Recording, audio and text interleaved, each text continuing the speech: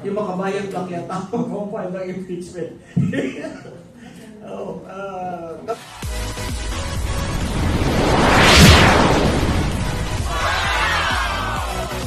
kami, ano lang eh.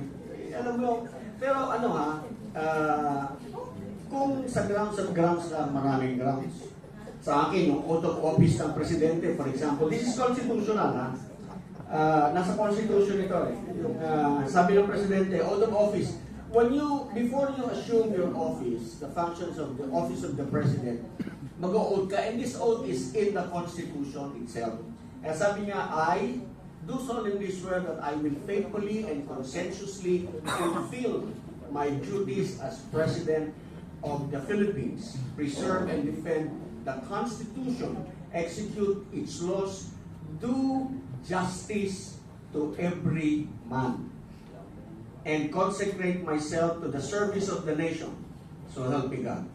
Yung do justice to every man, it means due process. May due process lahat ng tao. Eh nung nagpalipad siya ng dating Pangulo, walang due process eh. That was not justice. So that's a violation, a culpable violation of the Constitution. Yan. Para sa Makabayan Block,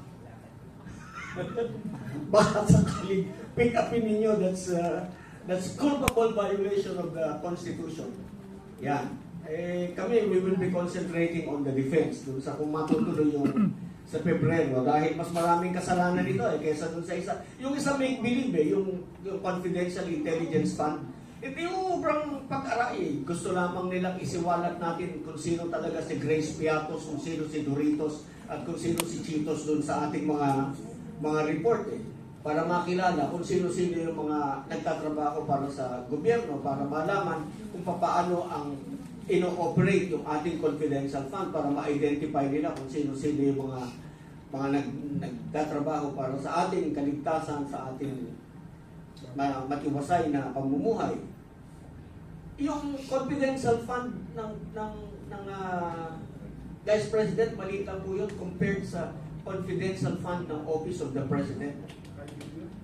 Si Presidente Digo, nung matapos yung termino niya, nag-iwan ng 2 billion mahigit na confidential and intelligence fund. Mga bayan, baka gusto nyong i-check, saan napunta yun? No, really, I mean like, nawala yun eh. Yun yung alam ko na, kasi, di ba? So, tignan natin. Gusto ninyong inspekin yung confidential intelligence fund ng Vice President. Yun munang sa'yo, tignan din natin. Tsaka ito pa, yung pagpondo mo ng confidential intelligence fund sa Office of the Secretary of Education, that too is unconstitutional. That too is culpable violation of the Constitution. Ayan, kabayan. Balita namin, magpapile kayo, hindi pile na. Masaya. Masaya ba yun? Okay, so, may dadaglag lang ako dyan. Kasi balikan ko ulit doon sa desisyon ng tao, based on the survey. Sinasabi ng mga tao, karamihan, involved ang presidente, nag-benefit ang presidente. In other words, parang alam ng mga tao kung sino ang mastermind, sino ang nag-approve, tama? And also, ang rating ng presidente natin sa disapproval, nasa 55 na. Yung distrust, nasa 62. And mostly, ang anti-admin ngayon is nasa 56%. Ang question ko is this going to affect yung magiging decision ng mga House members dun sa impeachment? Kasi ang alam ko may impeachment iyahain kay BBM, may impeachment din iyahain sa Vice President. Is that going to affect? Because if it's not going to affect, and if our representatives are supposed to be the representatives of their constituents, parang may disparity ang mangyayari doon. Dito natin malalaman kung yung mga congressman natin ay tunay na kinatawan ng ating mga mamamayan.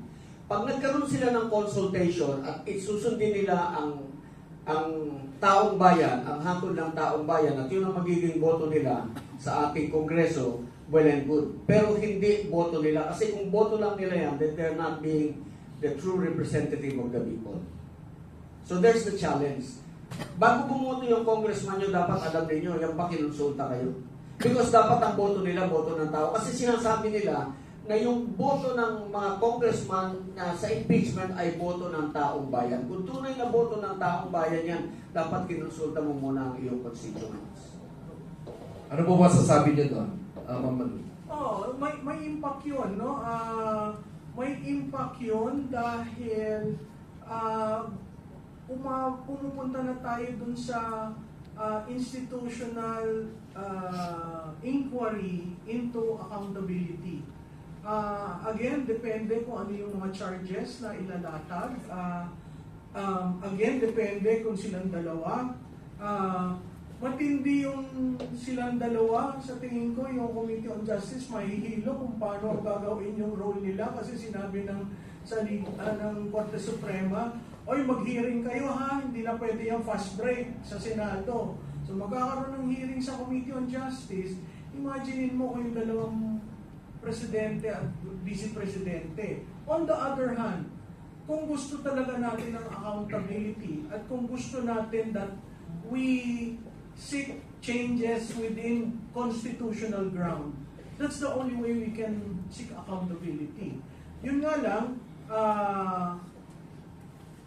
tinitingnan ko saan budget kukuha para bayaran ng mga congressman. Meron daw, meron. Oo. Meron na si kita. Kaya yung 2026 budget, medyo tingnan nyo. Hindi, kasi yung unprogram, wala yung revenue pa eh.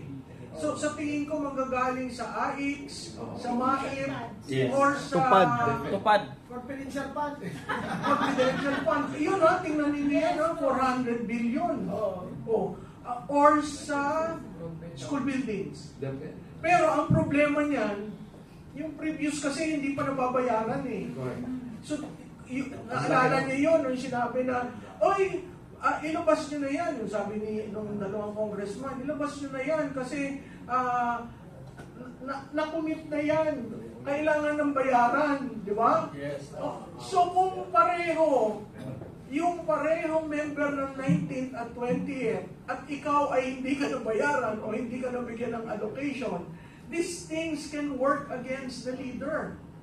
Dahil, nangako ka sa amin, ngayon gusto mo na naman kaming pumirma dyan, hindi mo naman itinuloy, di ba? So, napakahirap na sa quicksand ang administrasyon na ito pagdating sa impeachment sa Pangulo. At dahil yun nga ang climate na ang taong bayan wala ng tiwala, sino ang most rational animal sa mundo? Di ba, politiko?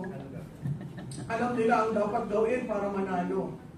So, asahan mo dito sa impeachment, very tricky ito. Hindi porke nasa administration ka, susuporta ka.